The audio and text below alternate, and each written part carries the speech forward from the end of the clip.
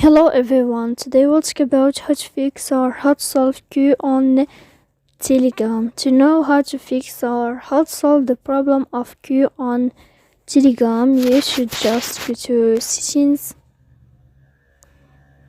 After that, you can click apps, default apps, app settings. Then this page, you'll enter to the window or to the app of Telegram, and you can click here in this page.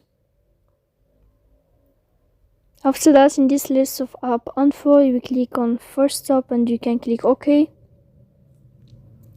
Then you will enter to the window of storage. Here you can click clear cache. In the end, you can turn off your Wi-Fi. And you can wait a moment to turn on your Wi-Fi again. So please don't forget